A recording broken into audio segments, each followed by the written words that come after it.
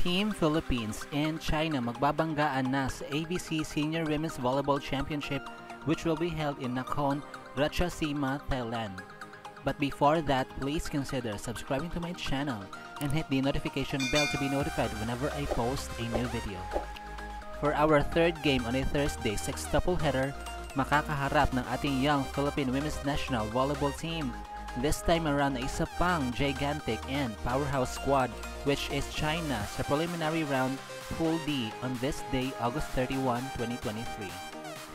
Magkakaiba ang mga naging resulta ng kanilang debut games sa opening ng AVC sapagkat binalasubas lamang ng powerhouse and mighty China squad ang Hong Kong na tinapos lamang nila in 3 comfortable sets, 25-12, 25-15, and 25-6 in favor of the Chinese players.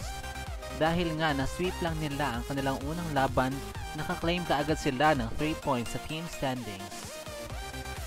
Samantala, sa game naman between Philippines and Kazakhstan ay mas tumagal nga ito dahil salit-salitan nga lang sila sa pagkuha ng sets sa opening frames at nagkaroon pa nga ng extensions sa sets 3 and 4 na kung saan abot kamay na sana ng ating mga kababayan ang panalo.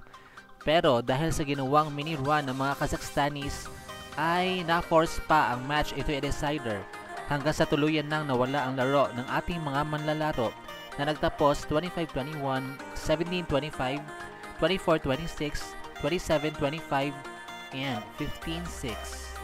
Bagamat natalo ang Team Philippines, commendable pa din naman ang performance ng tatlong NU Lady Bulldogs, lalo na si Vanjie Alinsug na nakapuntos ng 30 big points, si Bella Belay naman nakapagtala ng 20 points, and Eliza Salomon with 14 points.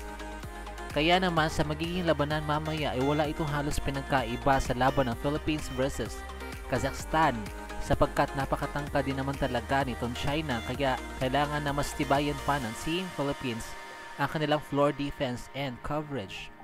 Kailangan din nilang gamitin ang kamay ng mga blockers para makakuha ng puntos. At kung maaari ay kargahan ang kanilang services para mahirapan makapag-execute ng plays ang mga Chinese. Sa panig naman ng China, alam nating lahat na hindi lang sila powerhouse team sa Asia, kundi pati sa buong mundo at kaya nilang i-dominate ang laban na ito.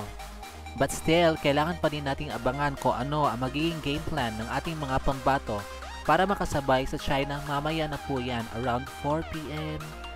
At dito na nga po nagtatapos sa ating video. Thank you so much for watching.